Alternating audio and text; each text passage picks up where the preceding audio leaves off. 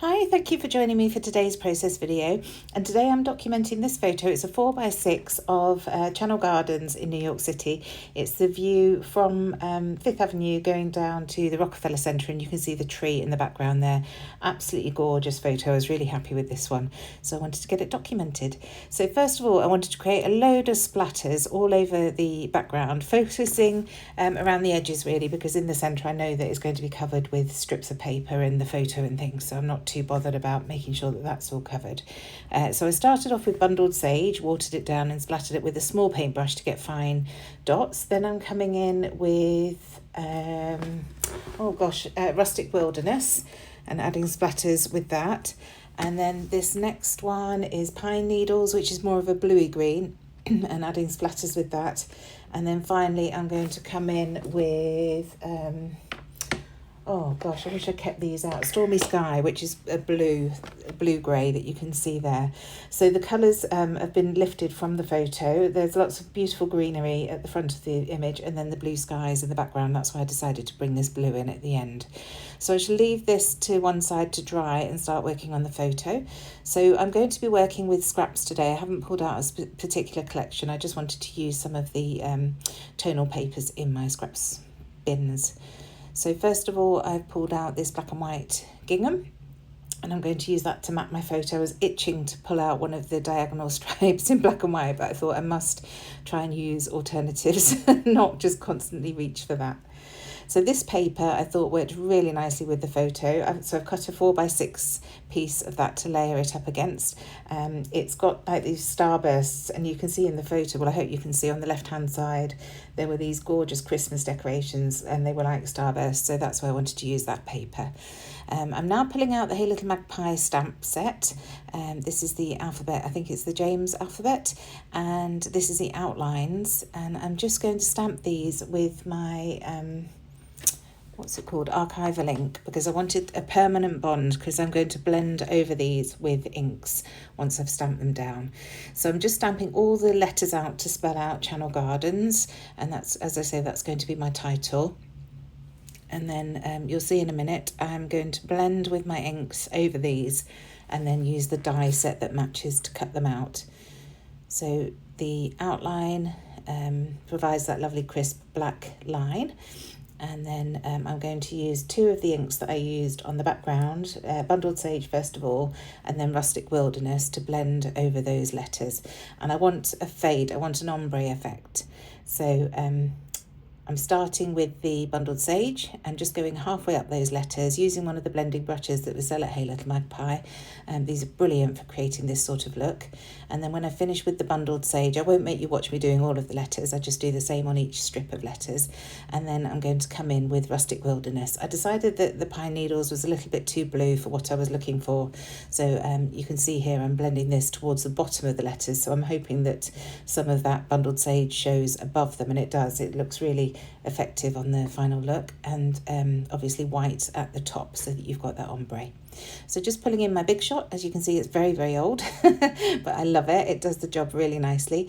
So I'm just going to put the die on each of those letters and roll it through my machine. And you can see I've got them all lined up on a magnetic sheet. That just works for me to hold all the letters together. I have lost an F, so I might have to treat myself to a new set in due course. So I won't make you watch me doing all of these, but you can see in the bottom right hand corner there, just doing the S now, that's the title complete. And I just love the look of this. So the outline letters are just as good as the solid colour letters. And this is just an alternative way of using them. Now I'm a bit mad at myself here. You can see me dragging those papers over the background, and the spots of the Stormy Sky, which was the last colour that I put on there, weren't quite dry. So I have smeared some of those. Once the layout is completed, you don't really notice, but I'm still annoyed. It would have been better if I hadn't have smudged those, but you live and learn. Next time I will come over with a kitchen towel and dab it all up to make sure that everything is perfectly dry. So I'm just lining up the letters here to see how they fit. The title's slightly wider than I wanted it to be, in truth, but I make it work. I just have to go right up to the left-hand side and overlap the photo ever so slightly. So I keep it nice and high so that I'm not hiding any of the important bits in the photo. So now I want to create some strips going underneath that title.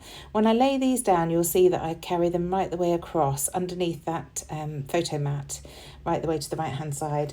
When I actually come to gluing them down, I decide that I don't want them to show on the right hand side, so I just tear them off and just have them on the left hand side there. The ones at the bottom do go right the way across, but these top ones don't. So these are all the papers that I pulled out. You can see I've leaned more towards a bluey green on the whole, or an olive green, and these papers work really beautifully together. It just shows that collections, you can make any sort of collection work with another. I've got Simple Stories here, American Crafts, Pink Fresh Studio, and 49er Market. So a really nice mix of manufacturers, and they all work beautifully. So that's the last strip here, and you can see I'm just trimming them down. If they're 12 inches long, just trimming a little bit off the end. I don't worry about measurements.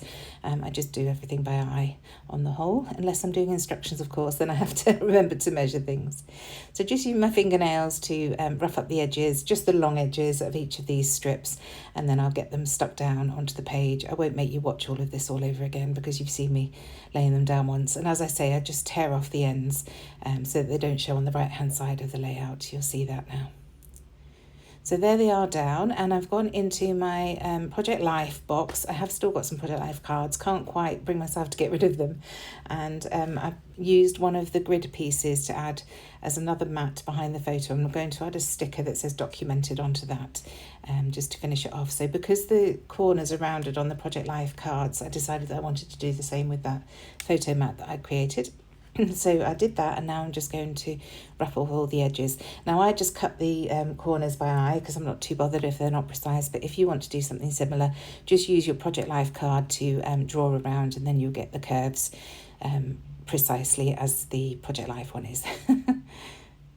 So just sticking those two down, I've got the first one down, and then I'm just going to rough up the edges of this Project Life card and get that stuck down as well, and then I can work on the, I think I work on the title after this, and maybe bring in the washi tape. I love creating different textures on those strips when I create a layout with strips, so you'll see how I do that shortly.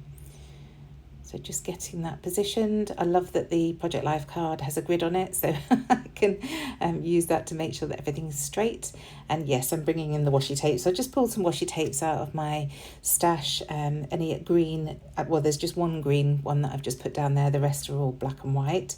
And you can see that I'm just adding some glue to either end once I've stuck the washi tape down, just to hold it in place. These washi tapes are quite old already. They are still working, which is a blessing, because eventually they seem to glue to themselves on a roll, so you have to use that washi while you can. But they don't stick to the page long term, so I just resolve that by adding a dot of glue at either end, and that will just hold it in place. I love that black with the white stars, and I do finish that up on this layout. I'm a bit sad to have finished that, but I'm sure something else will come along soon enough that I can use. And this stripy one as well. I just love black and white. I think I love the black and white against the other colours. It just works beautifully. So almost there. I've just got one with hearts on, which I'm going to bring to the top here. And a lot of these are Hey Little Magpie washi tapes that we used to stock or still stock in the shop, so do check those out. And just bringing in my T-square just to check that that grid was straight, and I was pleased that I did because it's not, so I'm just having to pull it up and move it over ever so slightly, but then I can use the grid on there to get the photo straight. So again, just using my ATG just to get that stuck down, and then I can work on the title. So I'm just going to position these again just to check that I'm happy with exactly where I've got them on the photo, and in line with the left hand side of the page as well. I don't want them to be directly under each other, so you'll see I do offset the word gardens to the right ever so slightly. And then I'm going to bring in foam pads. I'm using the 5mm foam pads from Sticks 2. They're 2mm deep, and they work really nicely on these letters.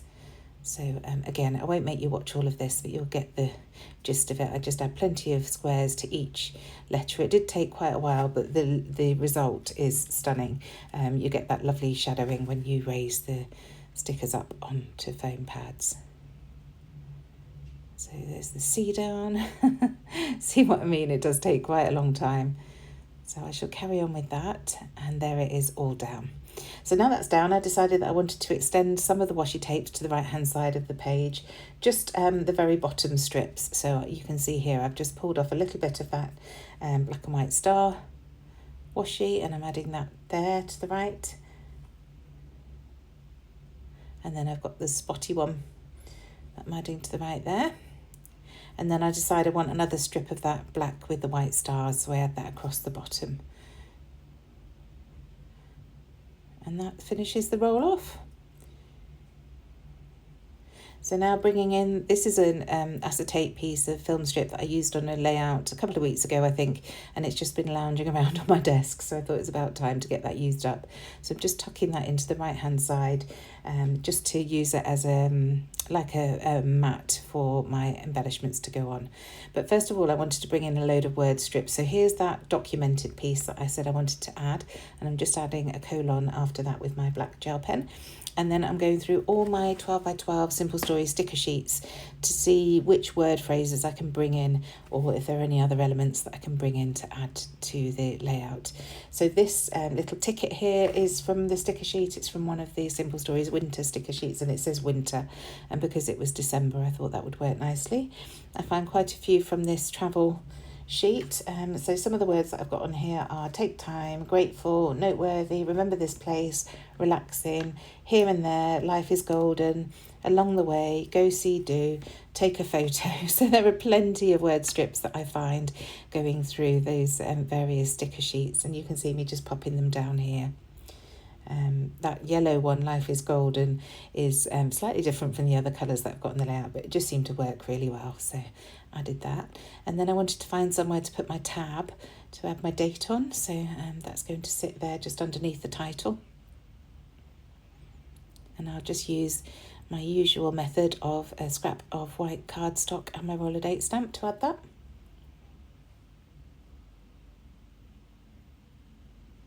Just trimming it out.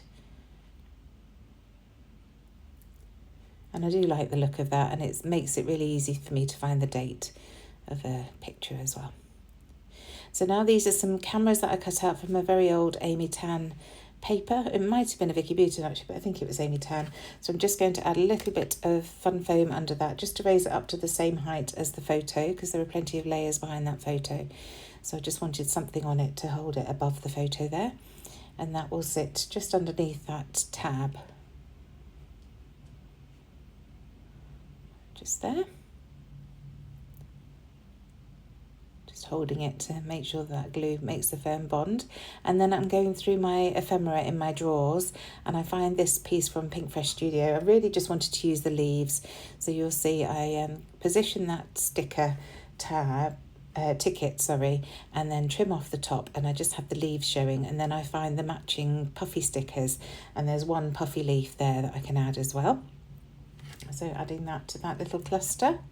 And on that same sticker sheet I also find a puffy sticker that says beautiful, so I'm just going to add that to the strips on the left hand side.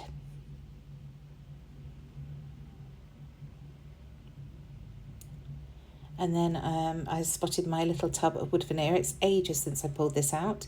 So I just find two little dark wood hearts, a little one here that I add next to that other heart that I pulled off the sticker sheet, and then a larger one that's just going to tuck underneath that camera next to the along the way sticker. So once those are down, I want to create a little bit more texture on these strips. So I'm just going to use my black gel pen, draw a line, and then add dots along to make it look like stitching. And then once I've done a few of those, I do also add a few zigzag lines to make it look like I've added some messy zigzags on the stitching too. You can see it just there. So just one more to do. I'm just trying to decide where to put it. I don't want to go overboard, but I did want to add a few more than just one.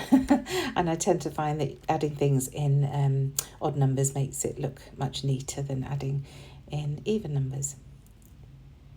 So there are those lines, and the last thing to do now is to add some gold splatters just to mix in with all those others. I didn't feel I had enough, so carry on. So just shielding my photo so I don't get too much gold on that, and that's the layout done. I hope this has provided some inspiration. Check out your alphabet dies and stamps. They really are a wonderful thing to have in your arsenal, and if you haven't got a set, do check them out on Hey Little Magpie. We've got some fabulous ones there. Thank you so much for joining me. See you soon. Bye.